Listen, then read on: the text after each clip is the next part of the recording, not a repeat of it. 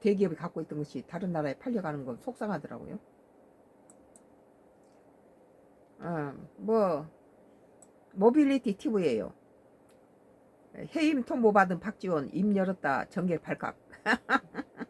박지원 의원이 내가 예전에 한참 지지를 많이 했던 우리 완도 기촌한 완도에서 박지원 사무실 있어요. 그리고 저 완도 옆에 진도 출신이에요. 그리고 김대중 정부 때 그 비서실장으로 참 똑똑한 사람인데 이제 나이가 먹으니까 좀 들어가서 쉬어야죠.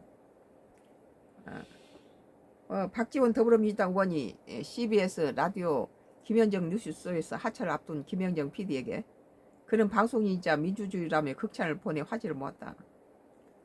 괜히 자기가 뜨려면 괜히 다른 사람을 극찬하는 경우가 있어요. 보면은 김문수가 괜히 한동훈이 갖다 극찬하면서 지가 집 올라가는 그런 케이스죠. 박 의원은 국정원장에서 해임된 뒤 처음 방송 복귀 무대를 김 PD 프로그램에서 가졌던 인연을 강조하며 김 PD 역할과 영향력을 높이 평가했다. 박 의원은 20일 자신의 페이스북에서 글을 올려서 김 PD는 윤석열 대통령에게 해임 통보를 받고 공직에서 물러난 지 한 달도 안 된 나를 2022년 6월 9일 아침에 방송에 출연시켜 줬다고 해상했다. 윤석열 대통령에게 해임 통보를 받고 공직에서 물러났는데 바로 이런 사람을 아침 방송에 출연시켜 줬다는 것은 이어 그 이후 약 3년간 1740회에 걸쳐 방송에 출연하면서 윤석열 아웃, 이재명 띄우기, 정권교체를 주장해왔다고 밝혔다. 그는 또 그 결과 윤석열 파면 및 감옥행, 이재명은 대통령, 박지원은 국회의원이 됐다면서 이러한 역사 전환기의 중심에 김현정은 뉴스쇼가 있었다는 걸 국민들은 알고 있다고 덧붙였다. 박 의원은 김 PD와 마지막 방송을 희망한다며 그가 떠나기 전 고별 방송을 저와 함께 해주시길 기도한다고 했다.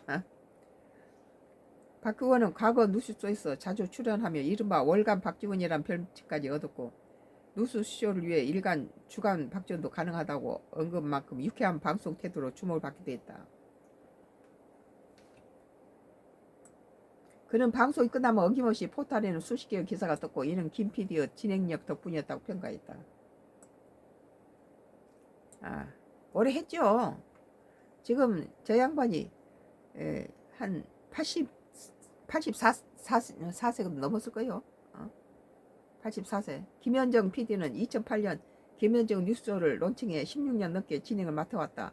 중간에 출산 휴직과 라디오 음악 프로그램을 연출로 자리를 비운 10개월 제한 프로그램을 이끈